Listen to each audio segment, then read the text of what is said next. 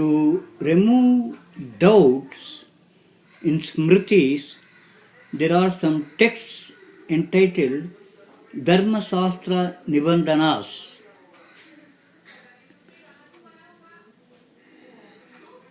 In our land, each region follows a particular Nibandhana Grantha. Those in South India follow the book called Vaidyanatha Dikshityam, written by Vaidyanatha Dikshita. These are very important for householders. Sannyasis learn what they should do or should not from a text called Visvesware Samhita. In Tamil Nadu, Dharma Shastra is synonymous with Vaidyanatha Dikshityam. A little proficiency in language would suffice to read and understand the Dharma Shastra. It is not like the Vedas, where even after deep adhyayana or learning them by rote, the meaning may not be apparent. The Vaidyanatha Dikshityam has been well translated also. The reason why Dikshityam has occupied the place of an authoritative text, Pramana Grantha, is because Dikshitar has been totally impartial and with a broad outlook has adopted the method mentioned in the Mimamsas for determining the meaning of words. Having carefully collected all the earliest shastras, he has boldly reconciled the contradictions.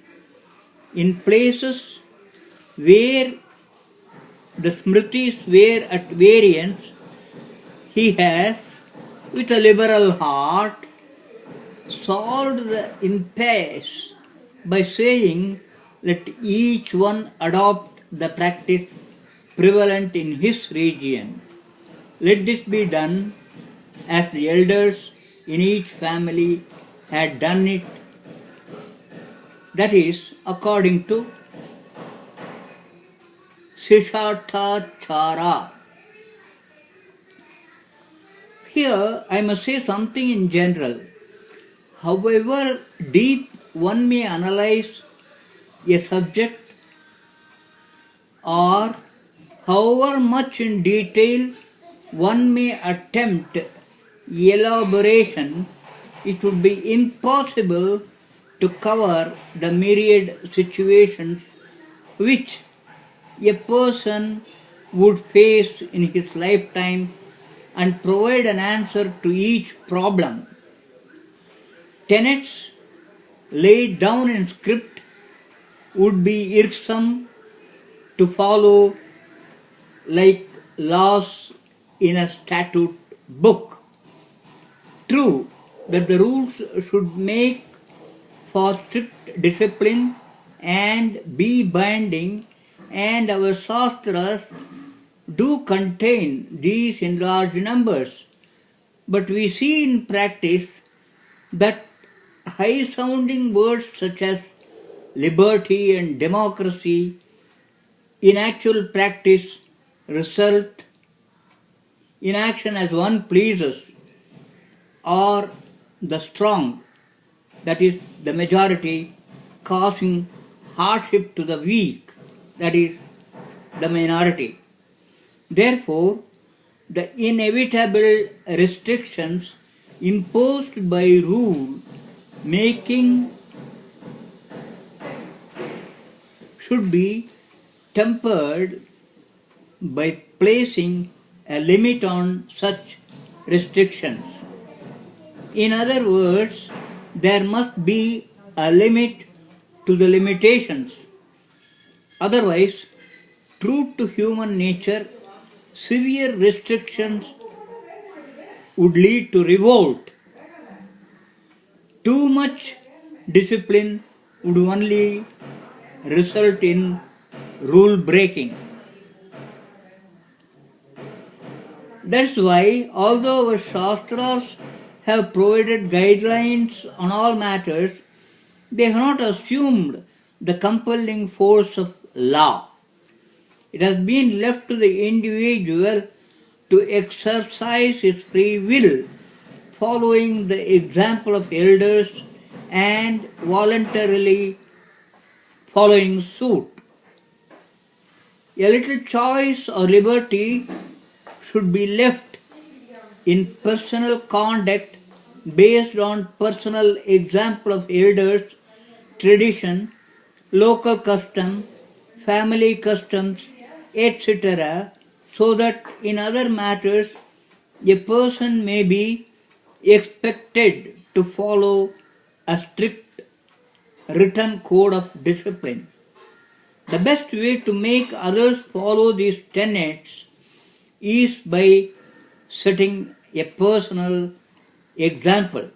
The next best way is verbal instruction in the nature of persuasion without any sort of compulsion. The last resort is to make laws and enforce compliance. Sahasram Vada Ekam Ma Likha is an old adage. It means you may use 1,000 words to convince a person, but do not commit even one to writing and compel compliance. The feelings of restraint created by Shastraic injunctions is not felt when the same thing is in the nature of the practice followed by great men, tradition, precept, etc. Regional and family traditions are gladly accepted as they evoke a certain sense of personal loyalty. This will show. I have not covered all dharmas. Maharishi Apastamba says at the end, I have not covered all dharmas in this Shastra. Many more are left. There are many which can be learnt from women and those belonging to the fourth caste. You may learn these from them.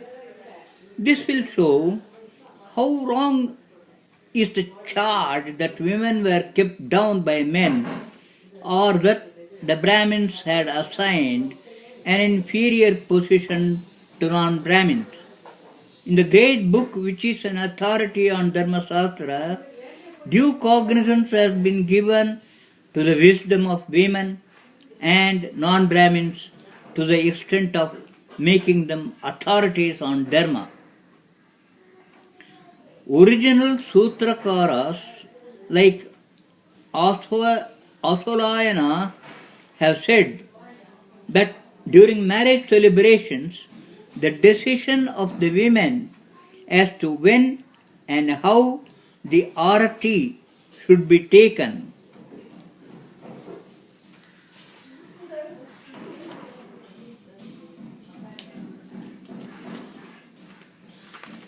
before the bride and groom to dispel evil influences, and the bride anointed has to be followed. Although there is a particular mantra for laying the foundation for the marriage pandal, one should take note of what the experienced workmen have to say on the subject based on tradition. They should be given the importance due to them. If we belong to a certain faith, then there are certain external symbols or chinhas to indicate it. The scouts have a distinctive uniform. Those belonging to the army, navy, etc. have very distinctive marks of identification. In the police too, there are many subdivisions thereunder. If they were to change their dresses or badges, their performance will not be affected in any way. Even so, there are very definite regulations that they may not do any such thing. The sailor cannot adopt the policeman's dress. There should be discipline and orderliness in each service. Should not the same discipline and order apply to religion? That is why different marks of identification and different duties have been assigned for persons belonging to different occupations and for those in the various ashram, that is, stage of life. Local custom says, wear your dhotis this way, your sari this way, wear a prescribed mark on your forehead, etc. This was not merely designed as a social discipline. Each one of these has another subtle aspect to command itself, namely purifying the person and helping him onwards in the spiritual pursuit. In the offices, the peon is required to wear uniform, not the officers. We don't question why, but when the Shastras prescribe various distinguishing features for each occupation and stage in life, we protest at the futility of it in the name of equality and freedom. Our special order, based on the immemorial existence of various kinds of jobs with ardent duties, has, in the interest of universal well-being, prescribed different types of personal conduct, acharam, and observances, anushtanam, solely to suit their way of life.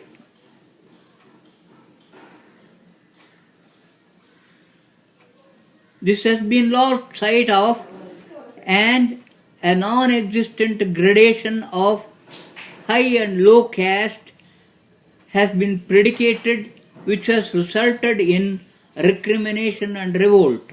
Ultimately, today we have reached a stage where no one has any religious mark of identification.